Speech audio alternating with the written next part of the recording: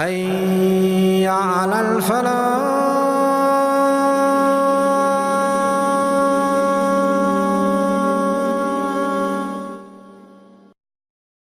دل کی تاریکی میں نور دین سے ہو روشنی، کامیاب و کامراں ہو ہر بشر کی زندگی، وحی حق کا نور بھر کے اپنے قلب و ذہن میں، آدمیت پائے فوز دنیاوی و اخروی۔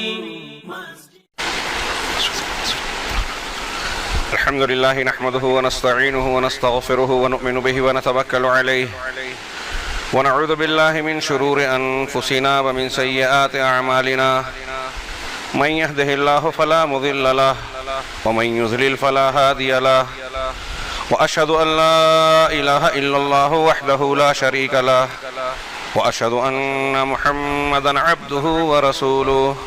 أما بعد فإن خير الحديث كتاب الله، وخير الهدي هدي محمد صلى الله عليه وسلم، وشر الأمور محدثاتها، وكل محدثة بدعة، وكل بدعة ضلالة، وكل ضلالة في النار. أعوذ بالله من الشيطان الرجيم. بسم الله الرحمن الرحيم. يا أيها الذين آمنوا إذا لقيتم فئة فاثبتوا وَاذْكُرُوا اللَّهَ كَثِيرًا لَعَلَّكُمْ تُفْلِحُونَ وَأَطِيعُوا اللَّهَ وَرَسُولَهُ وَلَا تَنَازَعُوا فَتَفْشَلُوا وَتَذْهَبَ رِيحُكُمْ وَاصْبِرُوا إِنَّ اللَّهَ مَعَ الصَّابِرِينَ. وقال تعالى: لقد كان لكم في رسول الله أسوة حسنة لمن كان يرجو الله واليوم الآخر. محترم حاضرین، انسائکلوپیڈیا آف برٹانیکا، آپ نے اس کا نام سنا ہوگا. برٹانیکا برطانیہ کی انسائکلوپیڈیا ہے، جسے تیار کرنے میں کئی سو علماء جو مختلف فنون کے ماہرین تھے، اور مذہبیات میں عیسائی مذہب کے کئی سو پادری شریک ہوئے. اس انسائکلوپیڈیا کے حوالے سے جناب شیخ عبدالعلیم اویس نے ایک بات نقل کی، اور دوسری کتابوں میں بھی مذکور ہے کہ عیسائی پادریوں نے انسائکلوپیڈیا آف برٹانیکا میں یہ اعتراف کیا ہے کہ اگر کوئی شخص یہ خواہش کرے اور چاہے کہ حضرت عیسیٰ علیہ السلام یسوع مسیح کی سیرت پر، آپ کی زندگی پر کوئی کتاب لکھے یا آپ کی زندگی کی معلومات حاصل کرے کہ آپ نے کس طرح سے زندگی گزاری، زندگی کے مختلف معاملات کس طرح سے گزرے، تو اسے زیادہ سے زیادہ اگر محنت اور کوشش کرنے کے بعد، بڑی تحقیق اور چھان بین کے بعد جو کامیابی ملے گی، تو زیادہ سے زیادہ 50 دن کے بارے میں معلومات حاصل ہو سکے گی. یعنی حضرت عیسیٰ علیہ السلام 33 سال کی عمر میں کہتے ہیں کہ دنیا سے اٹھا لیے گئے. وہ لوگ کہتے ہیں صلیب پر سولی چڑھائے گئے. ہمارا عقیدہ ہے جو ثابت شدہ ہے کہ اٹھا لیے گئے. اس 33 سالہ زندگی کی تفصیل اگر آپ معلوم کریں تو آپ معلوم نہیں کر سکتے. دنیا والوں کے سامنے اگر آپ کی زیادہ سے زیادہ کوئی تفصیل موجود ہے تو وہ صرف ان کے مطابق 50 دن کی، اس سے زیادہ نہیں. حضرت موسیٰ علیہ السلام کی زندگی کے حالات کتنے ہمارا آپ جانتے ہیں. توریت، انجیل کے ساتھ اگر قرآن مجید کو بھی ملا لیں تو بہت ساری زندگی کے گوشے ہماری آنکھوں سے، دنیا کی آنکھوں سے، خود یہود کی آنکھوں سے اوجھل ہیں. وادی طی میں جب بنی اسرائیل تھی تو حضرت موسیٰ علیہ السلام کے کردار اور زندگی کے معاملات کیا تھے، تفصیلات کیا تھی، نہیں معلوم.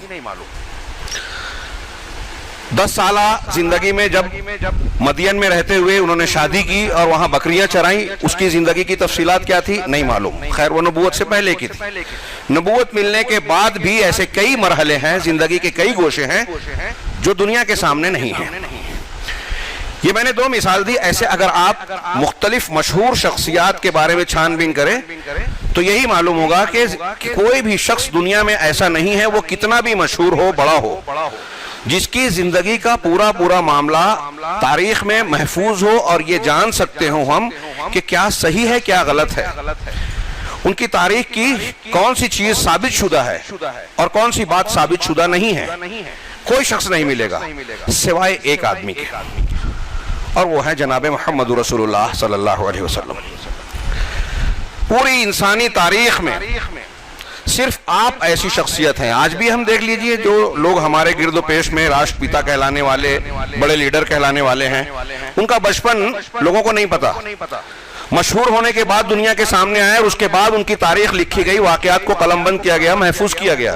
اس کے مشہور ہونے کے باوجود گھر کی زندگی کے کچھ گوشے، ان کی خفیہ زندگی کے کچھ معاملات، یعنی جو انفرادی طور سے انجام دیتے تھے، وہ دنیا کے سامنے نہیں ہیں۔ لیکن جناب محمد رسول اللہ صلی اللہ علیہ وسلم پوری انسانی تاریخ میں واحد شخصیت ہے جو پیدائش سے لے کر وفات تک، اس دنیا میں آنے کے بعد سے، اس دنیا سے رخصت ہونے تک، آپ کی زندگی کا ہر گوشہ، ہر دن، زندگی کا ہر ورق، ہر صفحہ، بلکہ ہر صفحے کی ہر سطر تاریخ کی پوری روشنی میں چمک رہی ہے۔ آپ کی ولادت کب ہوئی، ولادت کے کتنے دن بعد کہاں رہے، دودھ کہاں پیا، کس گاؤں میں رہے، کب بکریاں چرائیں، کب آپ کے سینہ چاک کر کے دل کی صفائی کا معاملہ فرشتوں کے ہاتھوں سے پیش آیا، کب والدہ کا انتقال ہوا، والد کا انتقال کب ہوا آپ کی پیدائش سے پہلے، کب دادا کا انتقال ہوا، چچا کا، کب آپ نے تجارتی سفر کیا، کتنے دنوں تک اپنے چچا کی کفالت میں رہے اور ان کی بھی خود مدد کرتے رہے بکریاں چرا کر، پھر کب کعبہ میں پتھر کے نصب کرنے، حجر اسود کے نصب کرنے کا واقعہ کب پیش آیا، یہ نبوت سے پہلے کی بات ہے۔ کب آپ کی پہلی شادی ہوئی، پھر شادی کے بعد آپ کا معمول کیا تھا، آپ غار میں کس طرح جاتے تھے، کتنے کتنے دن ٹھہرتے تھے، وہاں سے کس طرح لوٹتے تھے، پھر نبوت کس تاریخ کو ملی، نبوت ملنے کے بعد آپ کی زندگی کے ایک ایک دن اور ایک ایک عمل کو تاریخ نے محفوظ کیا۔ جرمنی کا ایک مستشرق ہے، مستشرق اس عالم کو کہتے ہیں جو ہے مغرب کا، عیسائی ہو، غیر مسلم ہے، لیکن مشرقی علم خاص طور سے اسلامی علوم میں مہارت حاصل کرے، اس کو مستشرق کہتے ہیں۔ ایسا ایک مستشرق، یہ عام طور سے اسلام کی مخالفت کرنے کے لیے ان لوگوں نے اسلامی علوم، قرآن و حدیث پڑھا، بخاری مسلم کی تعلیم حاصل کی اور اعتراضات کیے۔ یہ جو آج ہمارے ہاں کچھ منکرین حدیث جو اپنے آپ کو اہل قرآن کہتے ہیں، اہل قرآن وران نہیں ہے، جو حدیث نہیں مانتا وہ قرآن کا منکر ہے، رسالت کا منکر ہے، قرآن کو رد کرتا ہے، قرآن کی بے شمار آیتوں کو رد کرتا ہے۔ منبر رسول سے کہہ رہا ہوں، پورے علی وجہ البصیرہ کہہ رہا ہوں، علم کی بنیاد پر کہہ رہا ہوں، اور جو رسول کی رسالت کو، حدیث کا انکار کرتا ہے وہ جاہل ہے، وہ کتاب قرآن کو نہیں سمجھتا، عربی نہیں جانتا، تاریخ کو نہیں جانتا، قرآن کے مدلولات سے ناواقف ہے، وہ عقل سے پیدل ہے، وہ اپنے آپ کو عقل مند کہتا ہے، لیکن دوسروں کی چبائے ہوئے نوالوں کو، لقموں کو چباتا ہے۔ گولڈ زہر جیسا اسلام مخالف مستشرق کہتا ہے، انہی کے اعتراضات یہ دہراتے ہیں، کوئی نیا نہیں لاتے کہ میرے دماغ میں نہیں آتی، جو آپ کے دماغ میں نہیں آتی منکرین حدیث، وہ مستشرق کے بھی نہیں آتی۔ معتزلہ، جہمیہ، قدریہ، قادیانی، سر سید احمد خان، ان لوگوں نے ان اعتراضات کو دہرایا ہے، اور جب 1000 سال پہلے ان اعتراضات کو دہرایا تو اسلامی محدثین اور علماء سلف نے اتنا شدید رد کیا کہ یہ سارے لوگوں نے اپنا دفتر پر لپیٹ کر غائب ہو گئے تھے۔ یہ مستشرقین پیدا ہوئے گزشتہ زمانے میں، صدی میں، اور انہوں نے ان کتابوں کو جو دبی چھپی ہوئی گرد و غبار میں اٹی ہوئی تھی ان کو نکال کے جھاڑ جھوڑ کے صاف کیا اور پھر سے ان اعتراضات کو تازہ کیا، اس کو نئے اسلوب میں پیش کیا۔ بہت کم چیزیں ایسی ملے گی جو نہیں پیش کی۔ یہ گولڈ زہر ایسے ہی علماء میں سے ہے، لیکن اس کے باوجود، مخالف ہونے کے باوجود، وہ اعتراف کرتا ہے،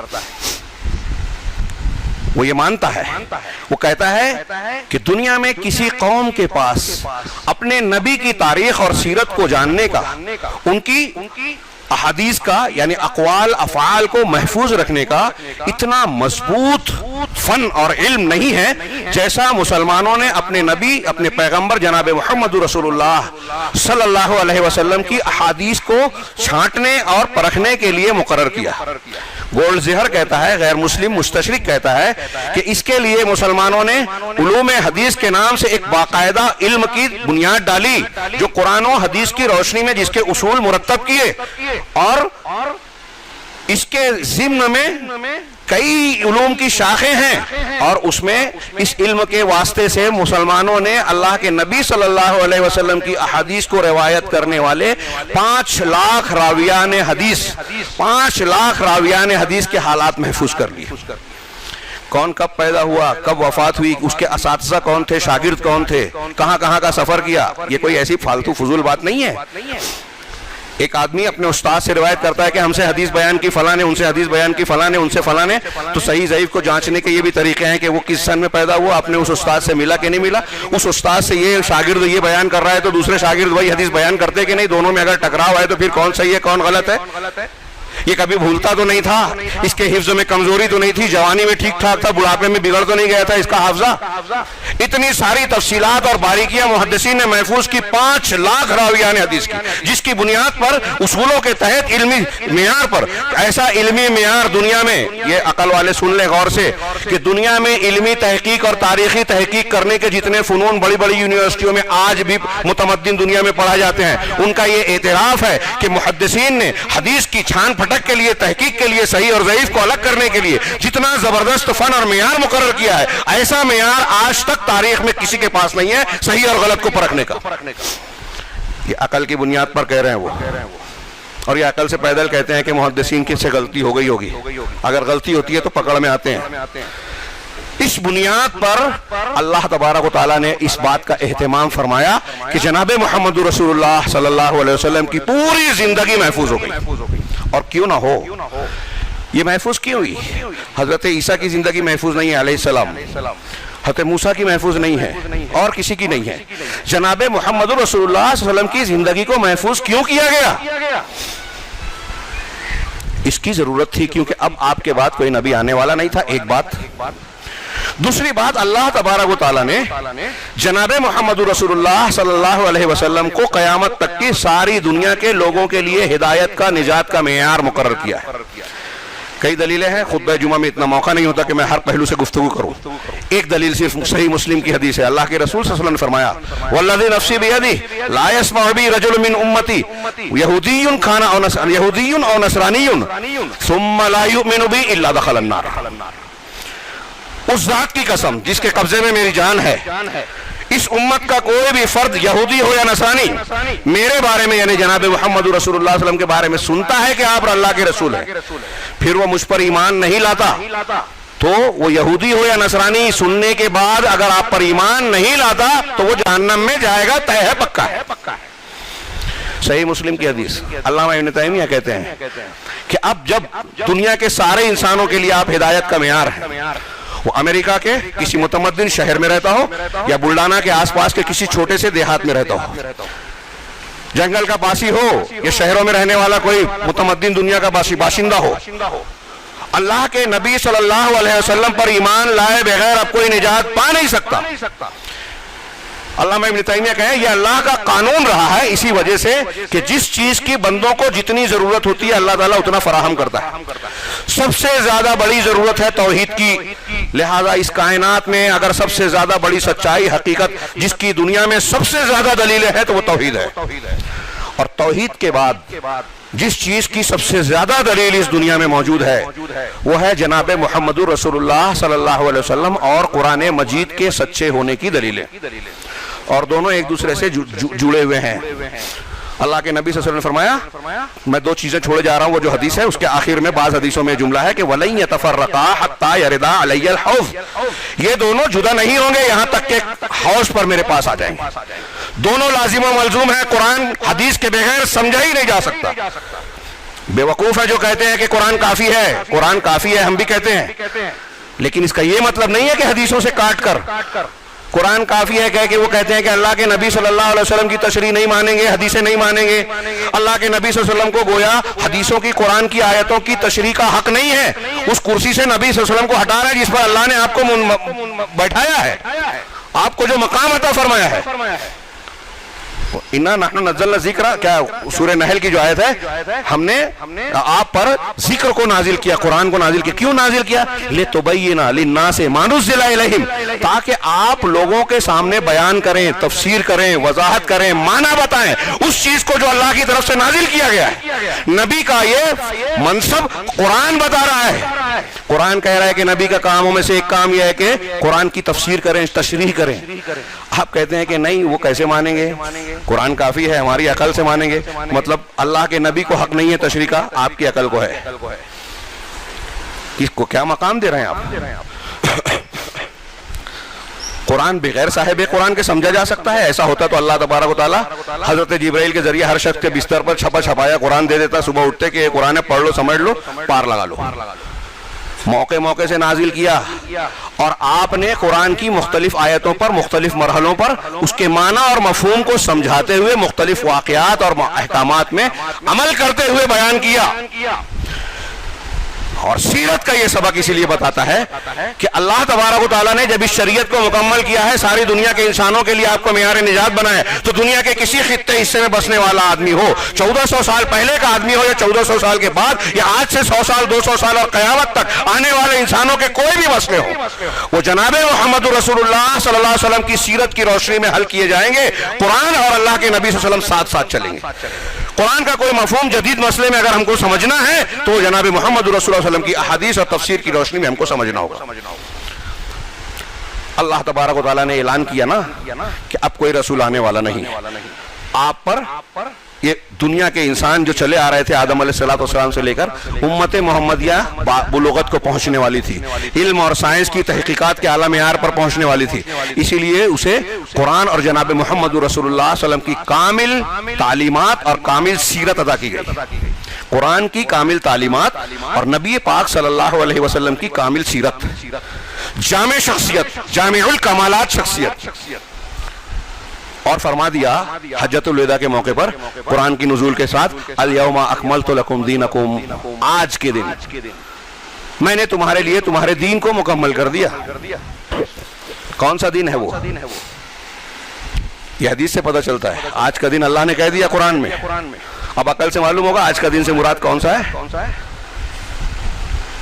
بغیر اس کے چل نہیں سکتے۔ تو آج کے دن دین مکمل ہو گیا۔ مکمل کسے کہتے ہیں؟ جس میں نہ کمی کی گنجائش ہو نہ زیادتی کی۔ اب یہ کامل دین کہتا ہے ہم کو، قرآن کی آیت ہے اطیعوا اللہ و اطیعوا الرسول۔ مثال کے طور پہ غور سے سنیے بھائی، مائیں بہنیں بھی غور سے سنیں، یہ بنیادی سبق ہے ہمارا، یہ منہجیت اور ہمارا راستہ طے کرتا ہے۔ آپ بڑی محنت کریں عبادات میں، لیکن آپ کا منہج صحیح نہ ہو، عقیدہ درست نہ ہو تو ساری محنت رائے گا۔ میں مثال دیتا ہوں اس کی، بلڈانا سے اگر آپ کو جانا ہے اکولا تو آپ ناگپور کی بس میں نہیں بیٹھیں گے، یا جو بھی دوسرے روٹ کی بس ہو، مخالف روٹ کی دوسری ٹرین میں نہیں بیٹھیں گے۔ پہلے یہ دیکھیں گے کہ کون سی بس یا کون سی ٹرین اس جگہ جاتی ہے جہاں ہماری منزل ہے۔ تو یہ جو ہماری بحث ہے منہج کی، یہ اسی سے تعلق رکھتی ہے کہ آپ کہیں تو سفر تو کر رہے ہیں نا۔ جیسے دنیا میں لوگ آج بہت سارے لوگ بولتے ہیں ارے سارے لوگ جو ہیں سچے مذہب ہیں، سارے دین اور مسلک صحیح ہیں، منہج صحیح ہیں، راستے الگ الگ ہیں، منزل سب کی ایک۔ یہ بالکل جھوٹ اور فریب بات ہے۔ ایک جگہ شرک کر رہے ہیں، بت پرستی ہو رہی ہے، قبر پرستی ہو رہی ہے، شخصیت پرستی ہو رہی ہے، قرآن اور حدیث کا انکار ہو رہا ہے، وہ بھی صحیح، اور ایک جگہ ان چیزوں کو مانا جا رہا ہے، وہ بھی صحیح۔ ایک جگہ قربانی کرنا عبادت ہے، ایک جگہ مہا پاپ ہے، جیو ہتیا، دونوں صحیح۔ بھائی مشرق میں ایک جائے، مغرب میں ایک جائے، دونوں ایک جگہ پہنچیں گے، یہ کیسے ہو سکتا ہے؟ بڑی دلچسپ بحث ہوئی تھی میری ایک پنڈت سے، مگر میں اس کو یہاں نقل نہیں کر سکتا، اپنی کتاب میں نے ذکر کیا۔ وہ یہ کہہ رہا تھا سب صحیح ہے، سب دھرم صحیح ہے۔ میں نے کہا بات سمجھ میں نہیں آتی، خیر میں اس کو چھوڑتا ہوں۔ تو یہ ایک بہت بڑا فریب ہے کہ سارے دھرم سچے، ایک ہی صحیح ہے، اور یہ وہی دھرم ہے جو ہمارے پروردگار نے ہم کو دیا، جس نے پیدا کیا وہ بتائے گا کہ آپ کے لیے میں نے کس دین کو پسند کیا۔ موبائل ہم خریدے ہیں موٹرولا کمپنی کا، اور جب اس میں خرابی ہو تو سروس سینٹر پہ سیمسنگ کے جائیں، چلے گا؟ سیمسنگ والا ہم کو بتائے گا کہ یہ موٹرولا کیسے درست ہوگا، یا اس کے پارٹ سیمسنگ میں ملیں گے؟ نہیں۔ ہم کو اور آپ کو کس نے بنایا؟ اللہ نے بنایا۔ تو گرو نانک جی، امبیڈکر جی، رام چندر جی، فلاں جی، ڈھیما جی یہ بتائیں گے کہ ہماری زندگی کا مقصد کیوں ہے، پیدا کیوں کیا گیا، کائنات کس لیے بنائی گئی، ہم مرنے کے بعد کہاں جائیں گے، ہمارا انجام کیا ہوگا، زندگی کا مقصد کیا ہے، کون سا مذہب اور طریقہ اختیار کیا جائے، کون سی چیز ہمارے پیدا کرنے والے کو پسند ہے، کون سی ناپسند ہے، کیسے جینا ہے، کس کے کیا حقوق ہیں، یہ کون بتائے گا؟ جس نے پیدا کیا۔ ہم ایک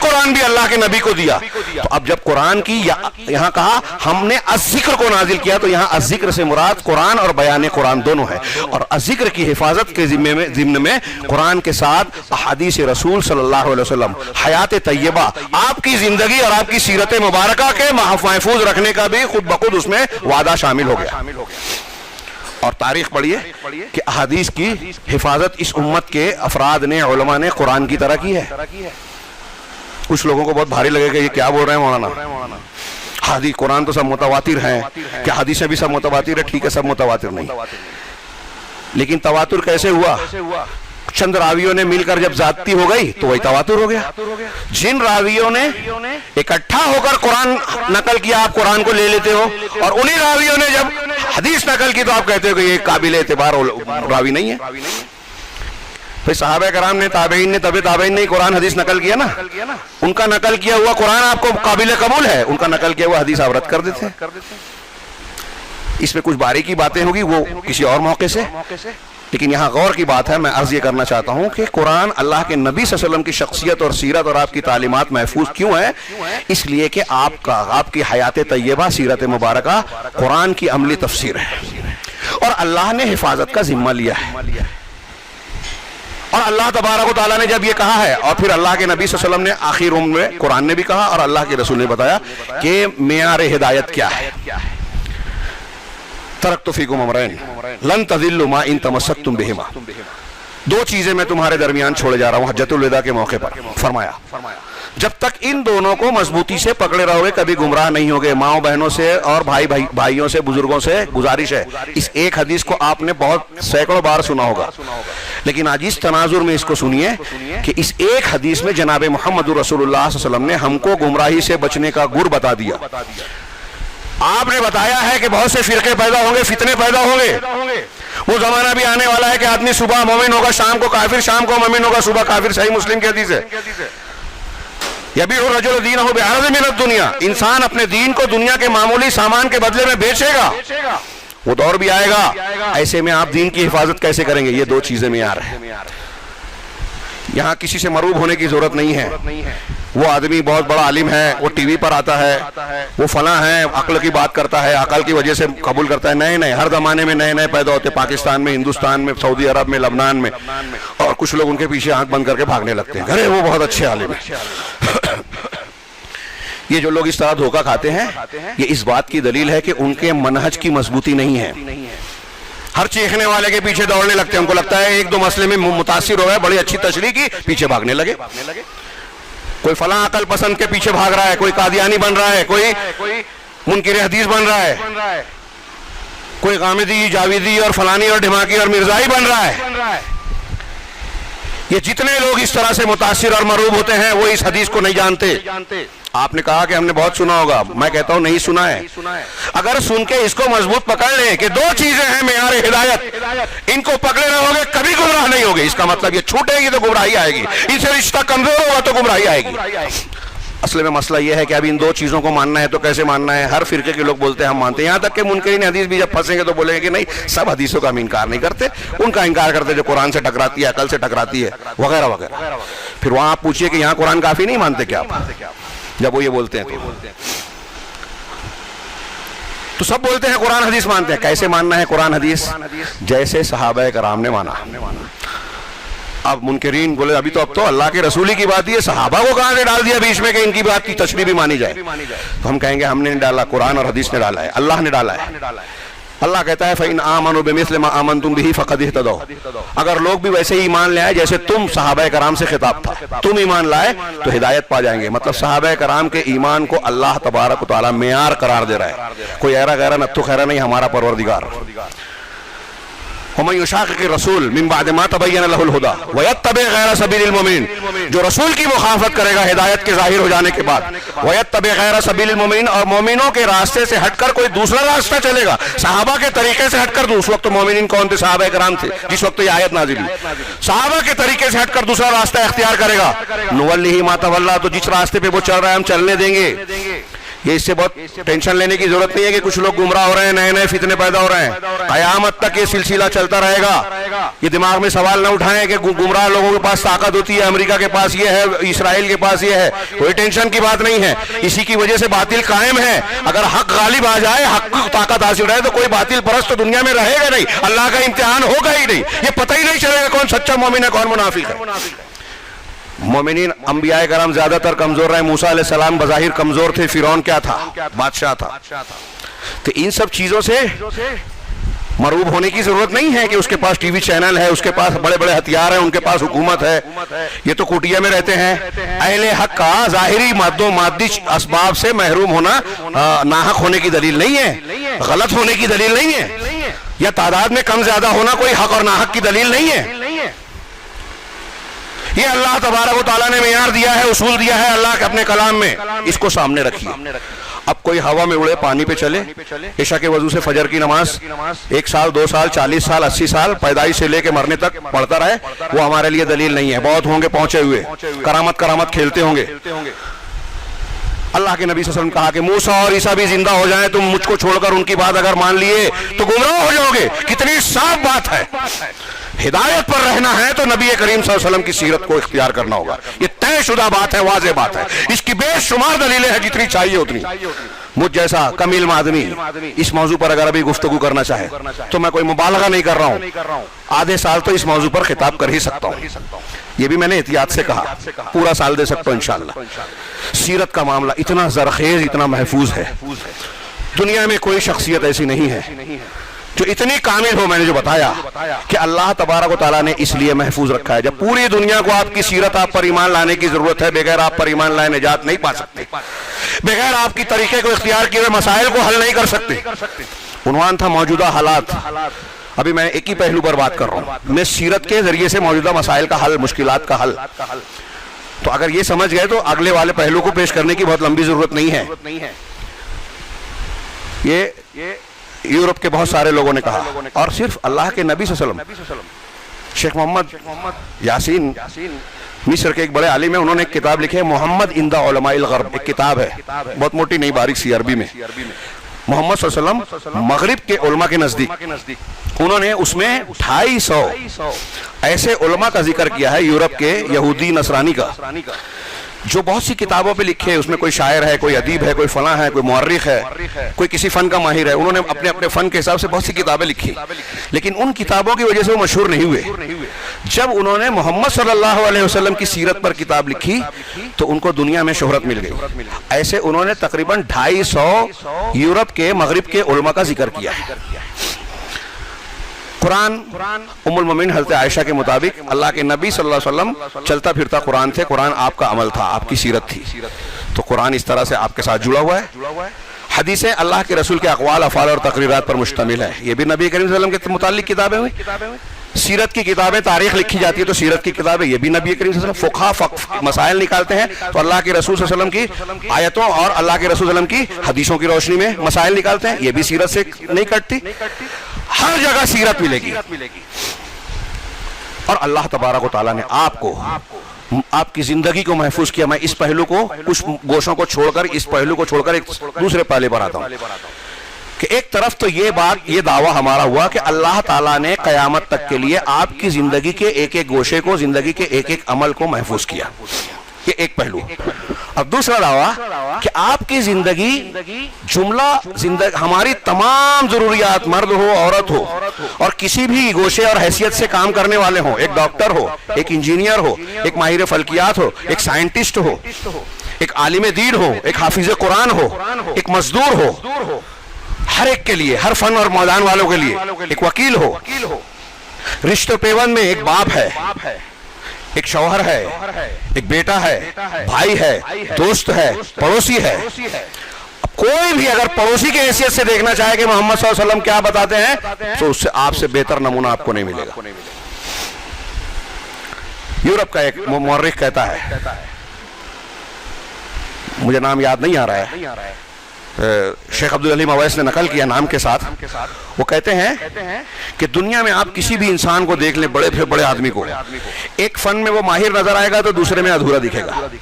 ایک بہت بڑا لیڈر ہے, سیاستدان ہے, بہت اچھا لیڈر ہے، اچھی تقریر کرتا ہے، یہ کرتا ہے وہ کرتا ہے، بہت ذہین ہے، تو اگر آپ اس کو گھر میں دیکھیں گے تو اچھا شوہر اچھا باپ نہیں ہے.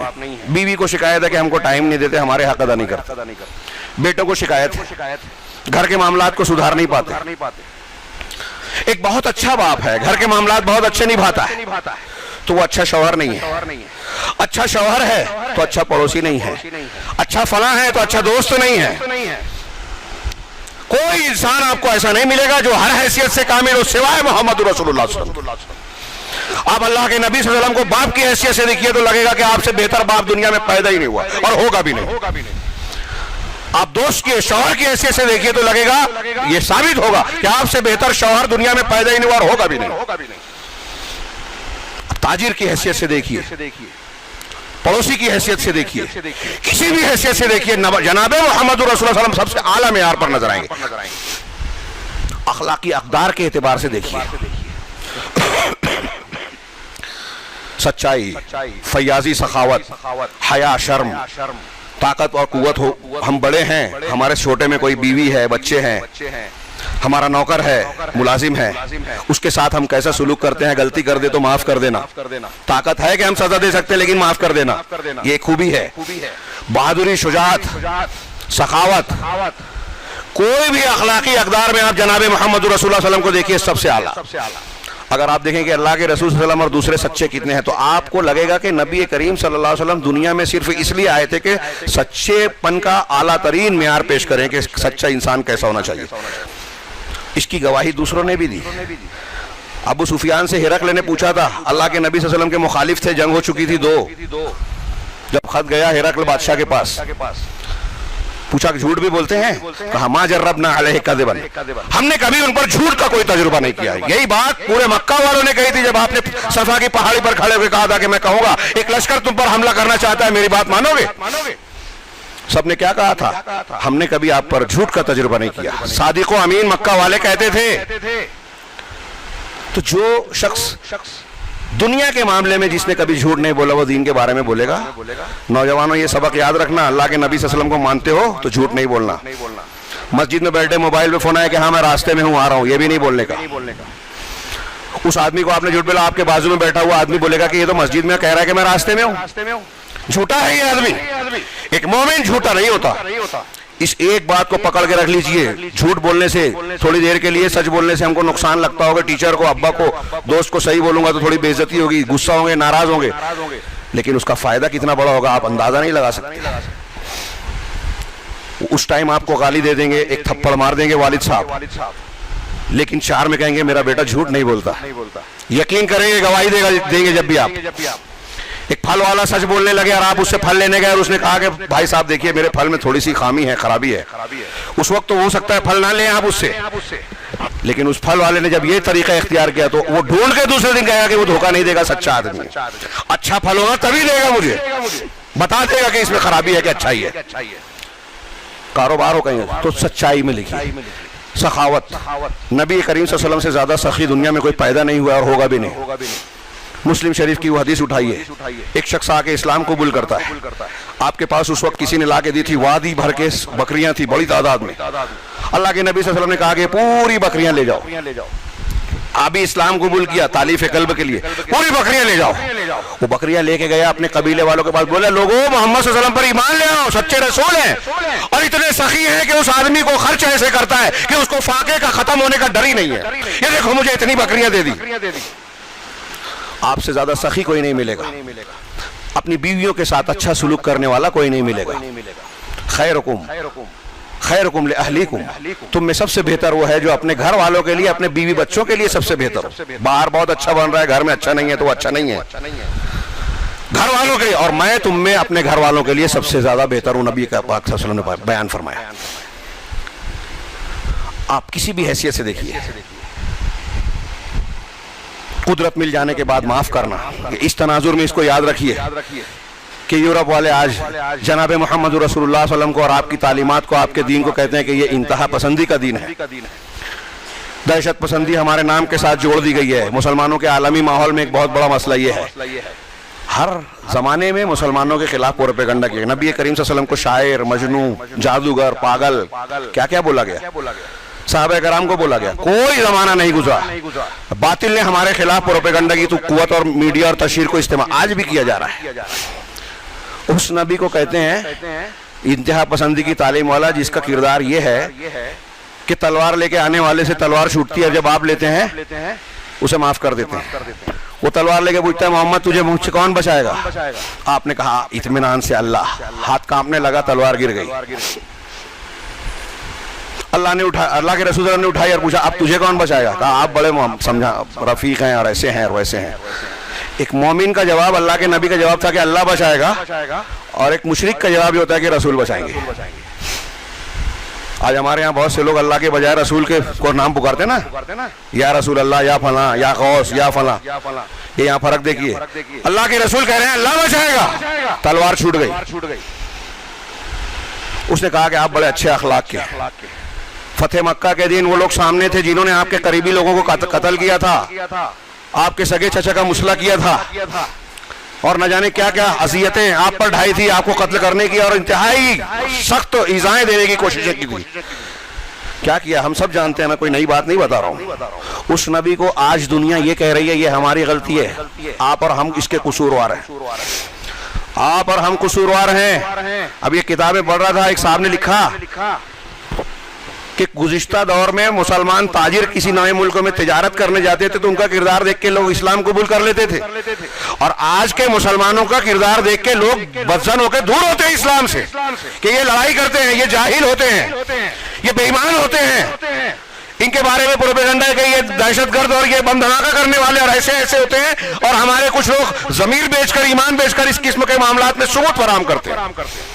آج ہمارا کردار دیکھ کر لوگ اسلام سے دور ہو رہے ہیں۔ صحابہ تابعین تبع تابعین کا کردار دیکھ کر تجارت کرنے جاتے تھے تو لوگ اسلام قبول کر لیتے تھے، ان کا ماحول دیکھ کر اسلام قبول کر لیتے تھے۔ نبی کریم صلی اللہ علیہ وسلم، بات کو سمیٹوں، عرض یہ کرنا تھا کہ آپ کی زندگی کے تمام گوشوں کو گھیرے ہوئے ہے، اور آپ کی تعلیمات عقیدے سے لے کر آداب تک کوئی ایک چیز کو بھی چھوڑتی نہیں ہے۔ حضرت سلمان فارسی رضی اللہ تعالیٰ عنہ کی روایت ہے، ابو داؤد اور غالباً مسلم شریف میں بھی، آپ سے غیر مسلم نے، غالباً یہودی یا مشرک نے پوچھا علمکم نبیکم کل شیء حتی القراءہ، یہ مذاق کرنے کے لیے، طنز کرنے کے لیے کہا، مذاق اڑانے، ارے تمہارے نبی ایسے، تمہارے نبی تم کو ہر چیز سکھاتے ہیں، یہاں تک کہ پیشاب پخانے کے طریقے بھی۔ تو وہ ہماری طرح تو تھے نہیں کہ ٹی وی چینل پہ ہیں تو ہم دب جائیں، تمہارے دین میں 3 شادی، 1 سے زیادہ شادی کی جاتی ہے تو ہم خود ہی دب جائیں، پیچھے ہٹ جائیں کہ نہیں نہیں ایسا نہیں ویسا نہیں، مرتد کی سزا قدر نہیں۔ نوجوانوں کو بول رہا ہوں، سب کو، جو چیز آپ کو یقین ہے کہ قرآن حدیث میں ایسا ہے تو کہیں ڈرنا نہیں۔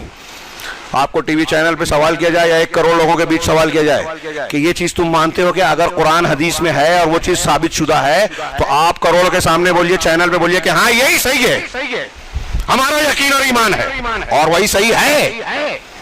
اگر ایسا نہیں ہے، ہمارا عقیدہ ڈلمل ہے، تو ہمارے شک ہے، ہمارا یہ شک کفر کے ساتھ ہے، ایمان نہیں ہے ہمارا۔ ہمیں یہ اعتبار ہونا چاہیے کہ اللہ اور رسول صلی اللہ علیہ وسلم کی تعلیمات سب سے بہتر ہے۔ قرآن کی تعلیم سے ان ھذا القرآن یہدی للتی ہی اقوم، اور آپ موازنہ کر لیجئے عقیدے سے لے کے اعمال، عبادات، معاملات، حلال حرام، کسی بھی معاملے میں، حق حقوق کے معاملے میں، ایک اصول لیجئے قرآن کا، اللہ کے نبی صلی اللہ علیہ وسلم کی حدیث کا، اور ایک اصول لیجئے توریت سے، انجیل سے، زبور سے، عیسائیوں کے ہاں، یہودیوں کے ہاں، ہندوؤں کے ہاں، جینیوں کے ہاں، بدھسٹوں کے ہاں کیا تعلیم ہے، اور اس کا کمپیریزن کیجئے۔ تو کوئی بھی دنیا کا جانکار اور عقل والا آدمی یہی کہے گا، یہ منکرین حدیث کی طرح مروب ہے کہ یہ نہیں کہے گا کہ نہیں صاحب ہمارے ہاں تو ایسا نہیں ہے، یہ حدیث تو صحیح نہیں ہے۔ شعور والا کہے گا کہ حدیث ہی صحیح ہے اور یہ سب سے بہتر تعلیم دیتی ہے۔ سلمان فارسی رضی اللہ تعالیٰ عنہ نے یہی کہا، علماء صحابہ میں سے تھے۔ اجل ہاں، نہانا ان نستقبل القبلۃ ببول او بغائط، اللہ کے نبی صلی اللہ علیہ وسلم نے ہم کو منع کیا ہے کہ ہم پیشاب اور پاخانہ کرتے ہوئے استقبال قبلہ، قبلے کی طرف رخ کریں، او ان نستنجی بالیمین، یا داہنے ہاتھ سے استنجا کریں، اس سے بھی منع کیا، او ان نستنجی باقل من 3 احجار، یا اس سے بھی منع کیا کہ ہم 3 سے کم پتھر میں استنجا صفائی کریں، طہارت حاصل کریں۔ کم سے کم اگر ڈھیلا پتھر لینا ہے تو کم سے کم 3 ہو، 3 سے کم نہ ہو۔ اور تیسری چوتھی چیز بتائی اور نستنجیا بیروسن او عزمن، یا پھر ہڈی یا لید کے ذریعے سے ہم طہارت حاصل کریں، اس سے بھی منع کیا۔ ہم کو ہمارے نبی نے یہ بھی بتایا ہے پیشاب پاخانہ کرنے کا طریقہ کیا ہے، جس کو لوگ چھوٹی بات سمجھتے ہیں۔ ہمارا دین کتنا شامل ہے۔ حضرت عائشہ صدیقہ کہتی ہیں رضی اللہ تعالیٰ عنہ، ام المومنین ہماری ماں، کہ اللہ کے نبی صلی اللہ علیہ وسلم فرمایا کہ عشرم من سنن الفطرہ، 10 چیزیں ایسی ہیں جو فطرت کے طریقوں میں سے ہے، سنت میں سے، اور وہ نبی کریم صلی اللہ علیہ وسلم نے ہم کو تعلیم دی ہے۔ کیا ہے اس میں؟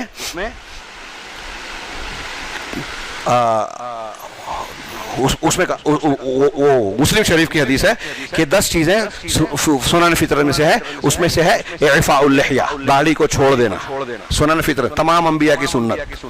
بہت سے غیر مسلم بھی جو اہل علم ہے وہ رکھتے تھے، ہمارے یہاں لوگوں کو پتہ نہیں کیوں شرم آتی ہے، مردوں کو عورت بننا چاہتے ہیں۔